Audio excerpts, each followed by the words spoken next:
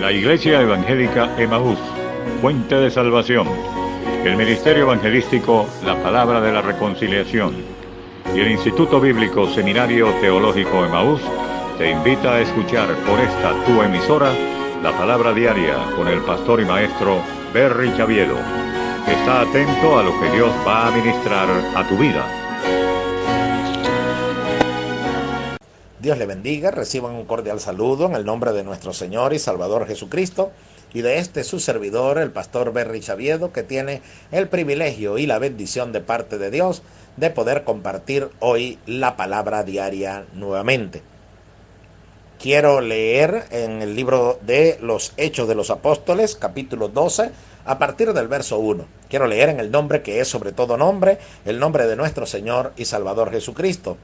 Dice la palabra de Dios: en aquel mismo tiempo el rey Herodes echó mano a algunos de la iglesia para maltratarles, y mató a espada a Jacobo, hermano de Juan.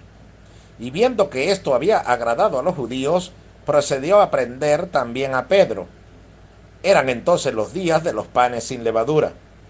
Y habiéndole tomado preso, le puso en la cárcel, entregándole a 4 grupos de 4 soldados cada uno para que le custodiasen, y se proponía sacarle al pueblo después de la Pascua. Así que Pedro estaba custodiado en la cárcel, pero la iglesia hacía sin cesar oración a Dios por él. Bendito sea el nombre del Señor y bendita sea su palabra. Mis amados hermanos y amigos, he venido compartiendo con ustedes una serie de mensajes bajo el título Dios te va a sorprender. Queremos definir el término sorpresa. El término sorpresa significa un evento inesperado que produce en nosotros un cambio de ánimo. Oiga bien, un evento inesperado que produce en nosotros un cambio de emociones. Ahora, fíjese que si analizamos este concepto, entonces hay sorpresas que son positivas y hay sorpresas que no son tan positivas. Es decir, hay sorpresas buenas y otras que no lo son tanto. En la historia que leemos dice que Pedro fue sorprendido porque él se encontraba en la cárcel y él estaba esperando que algo aconteciese. Sin embargo, él no esperaba que un ángel se presentase y le sacase de la cárcel de manera milagrosa y le llevase donde los hermanos que estaban orando por él. Inclusive él al principio creyó que veía una visión. Esta es una sorpresa muy positiva, esta es una sorpresa muy buena, porque imagínense la emoción de Pedro de darse cuenta que Dios lo había librado de todos los malvados planes que tenía Herodes, el rey Herodes, y los judíos que le adversaban contra él. La iglesia también fue sorprendida de una manera muy grata y de una manera muy buena, que por supuesto podemos decir que es de Dios, porque ellos mientras estaban orando, ellos no esperaban que Pedro se iba a presentar delante de ellos tocando la puerta, llamando a la puerta. Entonces, esa es una sorpresa muy, pero muy buena. Pero hay sorpresas que no son tan buenas. Y es cuando nosotros estamos esperando una cosa y ocurre otra. Y esa otra no guarda relación directamente con lo que nosotros estábamos esperando, sino que más bien es contraria a lo que estábamos esperando. Por eso es que Job estaba sorprendido y le decía a Dios que mientras él esperaba una vejez de bendición, entonces le había sobrevenido mal. Y que él había venido a hacer escarnio de todos, inclusive de sus amigos.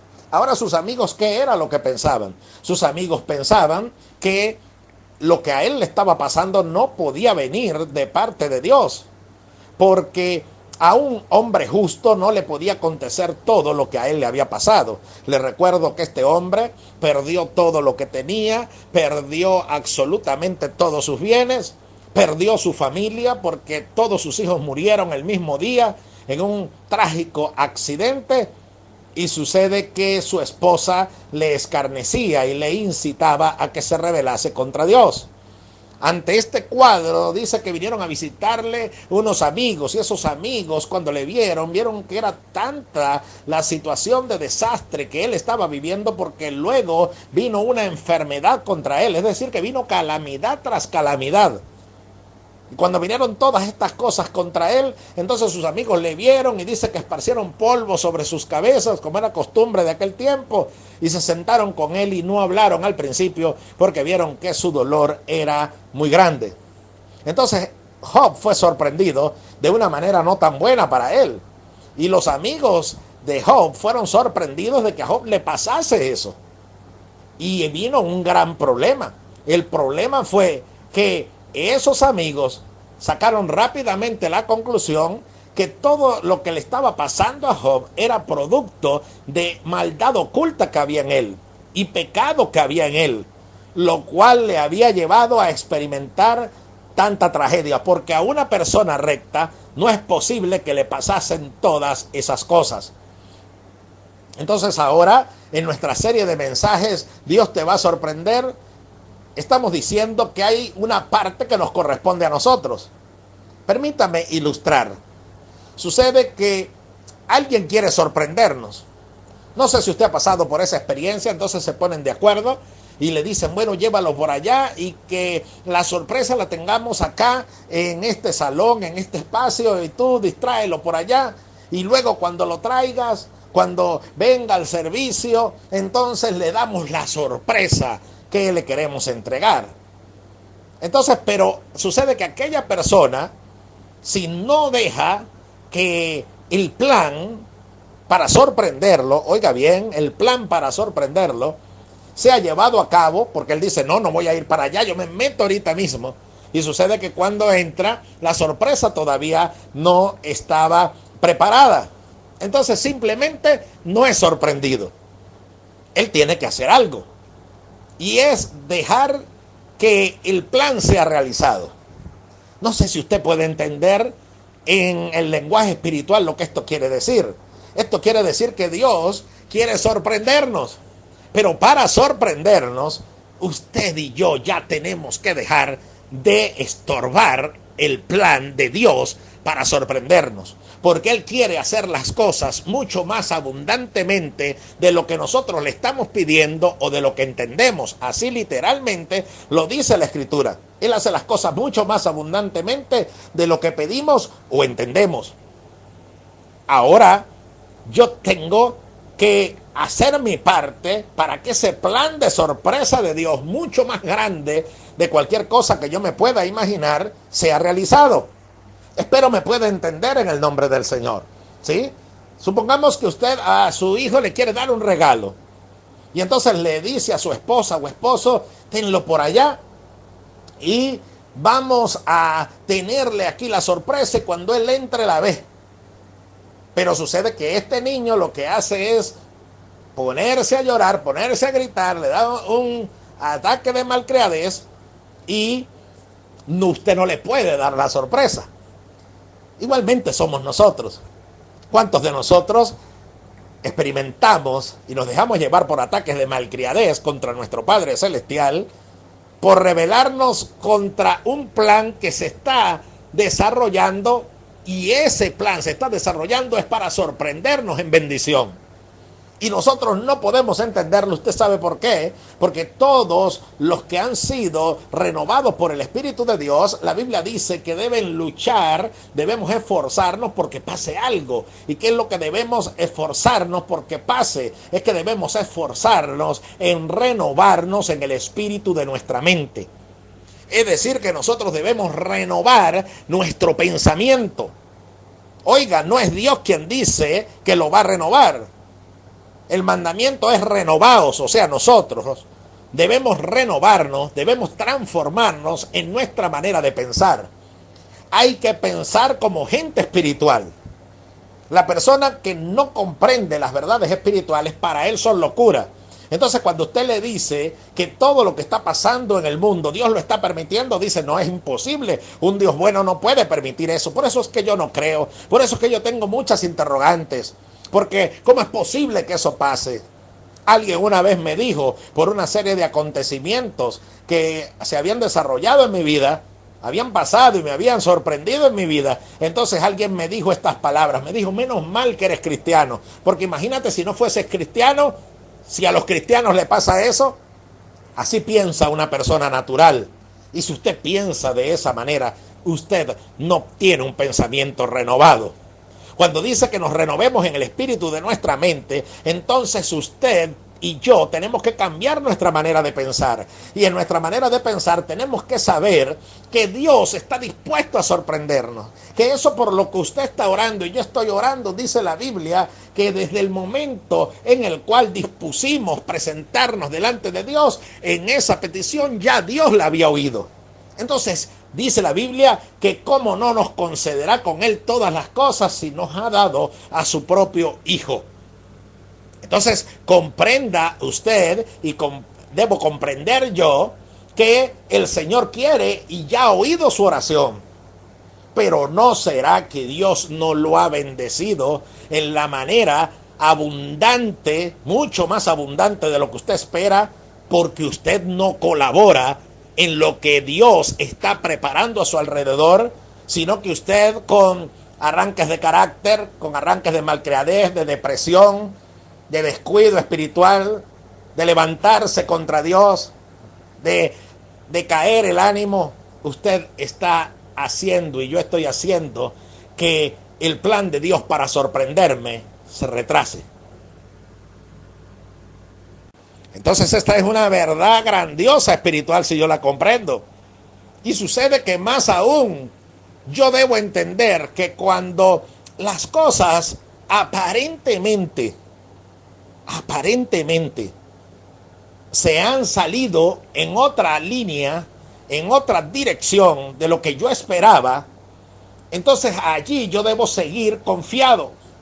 Por eso es que la meditación de hoy se basa en el siguiente título: Dios te va a sorprender.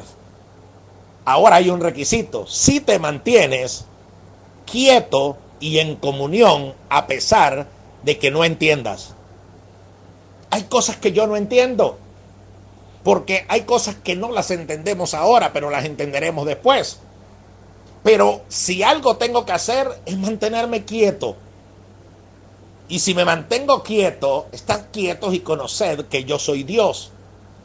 Entonces, yo en esa actitud que estoy teniendo, también debo seguir en la comunión con Dios. No deben hacerme decaer las circunstancias que rodean mi alrededor. Permítame entonces decir que un cristiano maduro es aquel que no se deja influenciar por las cosas que le rodean. ¿Sabe cómo se llama eso? Templanza. Eso se llama ser estable emocionalmente, porque sus emociones son controladas por el Espíritu Santo. Eso en lenguaje bíblico quiere decir que nuestra carne está siendo sometida al Espíritu. Entonces yo no me dejo influenciar ni mover por todo lo que me está rodeando. Usted dirá, ¿y eso lo enseña la Biblia? Por supuesto, de principio a fin. Y solamente lo voy a ilustrar a través de Abraham. ¿Se recuerda lo que ocurrió con Abraham? La Biblia lo dice, que este hombre no se debilitó en la fe al considerar su cuerpo que estaba ya como muerto o la esterilidad de la matriz de Sara, sino que se fortaleció en fe, dando gloria a Dios, plenamente convencido de que era poderoso para hacer todo lo que le había prometido. Entonces, Abraham llegó a un nivel de madurez en el cual él le sigue creyendo a Dios, a pesar que ve su cuerpo, y su cuerpo ya está como muerto porque es de casi 100 años. O su esposa, que ya es una anciana y que también ha sido estéril toda su vida, es decir, que a él no lo ayudaba nada. Todo el cuadro que se desarrollaba a su alrededor pareciese ser que indicaba que era imposible lo que Dios le había prometido. Pero él no se dejó influenciar por eso, sino que él tenía una convicción. Y recuerdo que unos mensajes que Dios nos permitió compartir en la iglesia que pastoreo, decían, y justamente allí se vino encima toda esta situación que estamos viviendo, sucede que esa serie de mensajes se llamó que nuestras emociones no sometan a nuestras convicciones, sino que nuestras convicciones sometan a nuestras emociones. Piensa en ese título. No debo permitir que mis emociones controlen a mis convicciones, porque la fe es la certeza de lo que se espera y la convicción de lo que no se ve. Entonces, si yo tengo convicción de algo, yo estoy seguro que Dios ha dicho que Él estará conmigo todos los días hasta el fin del mundo. Entonces, el día en que yo esté enfermo, el día en que yo esté en necesidad económica, el día en que venga a mi alrededor una situación como la que está pasando, yo sé que Dios sigue estando presente. Y si Él es el Todopoderoso, entonces yo no me dejo influenciar por mis emociones ni por lo que está sucediendo a mi alrededor. Eso es madurez. Así que madurez no es sentarse en la congregación en un puesto específico como hacen en muchas congregaciones, que aquellos que están sentados en determinada área, entonces esos son un grupo de ancianos. No estoy irrespetando ni criticando la costumbre de cada iglesia. Entonces alguien se puede sentir que ha llegado a un nivel espiritual porque se sienta en un determinado puesto en la iglesia o porque tiene un determinado cargo. Pero lamentablemente muchas de las personas que tienen cargos dentro de las iglesias han sido colocados allí por diferentes situaciones. Hay diferentes causas que llevaron a que él se encuentre allí. Pero muchas veces encontrarse en ese puesto no está indicando que tiene madurez. Porque por sus frutos los conoceréis.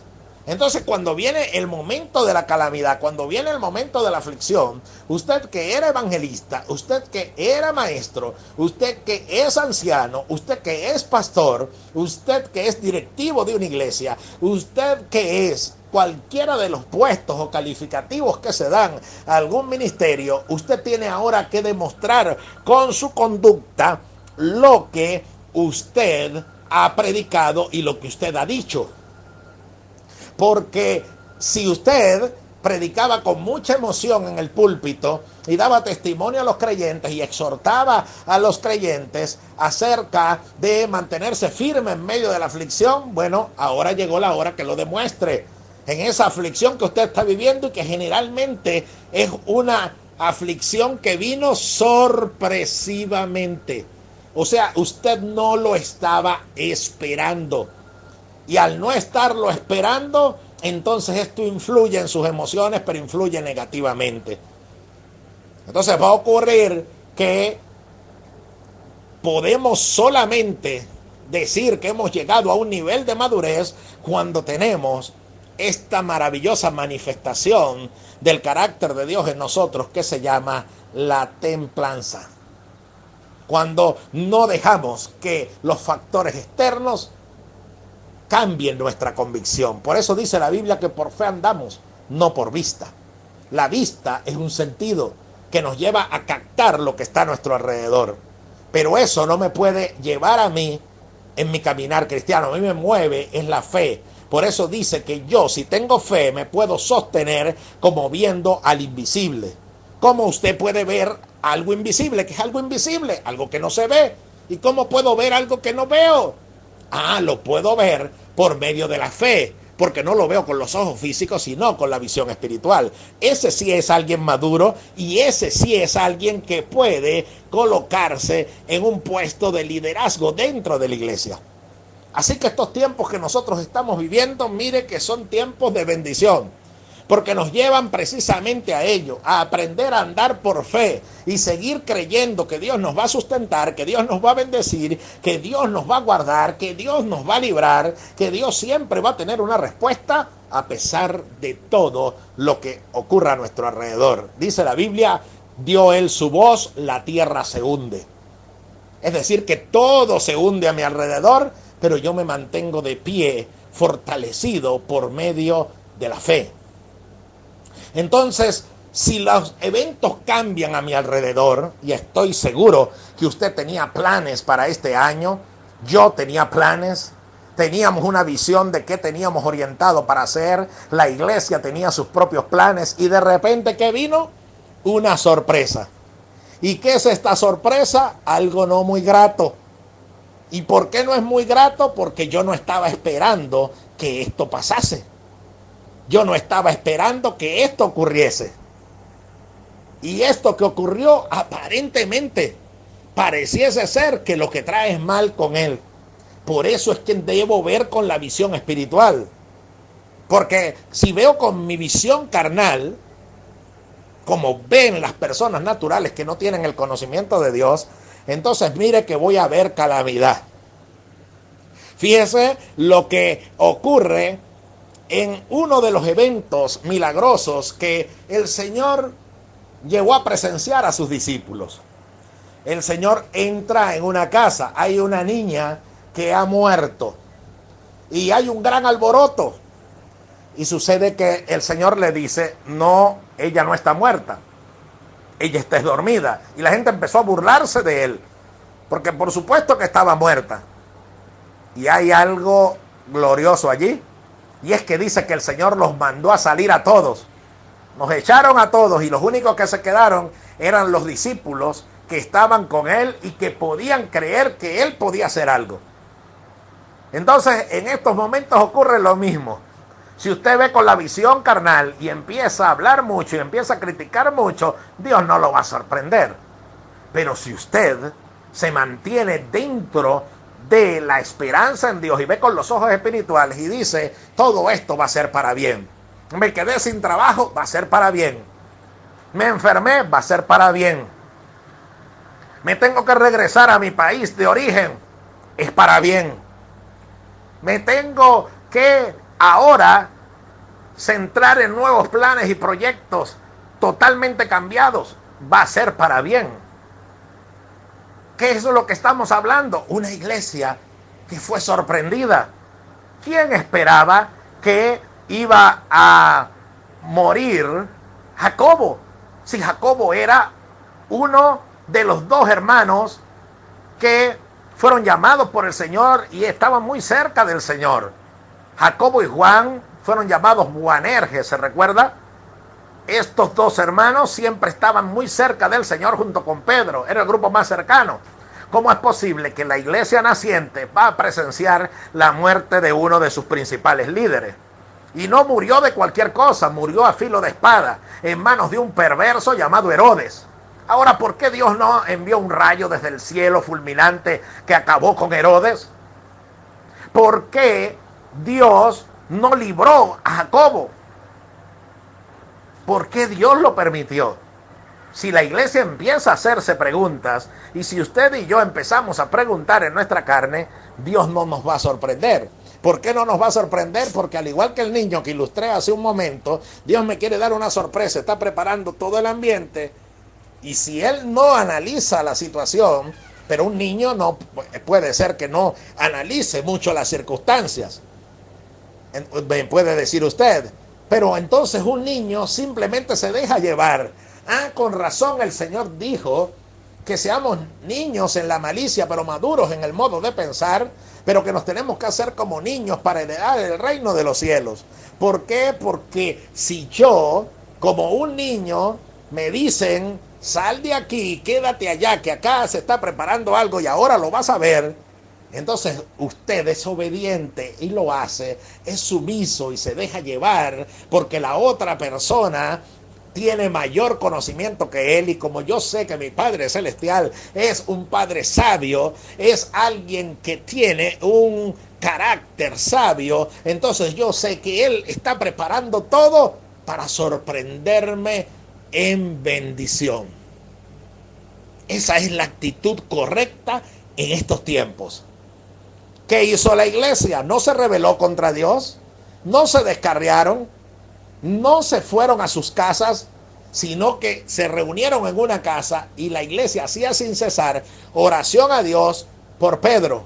Es decir, murió Jacobo, ahora apresaron a Pedro, pero esto no quiere decir que nosotros vamos a dejar de orar. vamos a mantenernos en comunión, y no hicieron una reyerta para armar una protesta ante el palacio de Herodes. Lo que hicieron fue quedarse quietos en casa en oración, y se cumple la palabra de Dios. Estad quietos y conoced que yo soy Dios.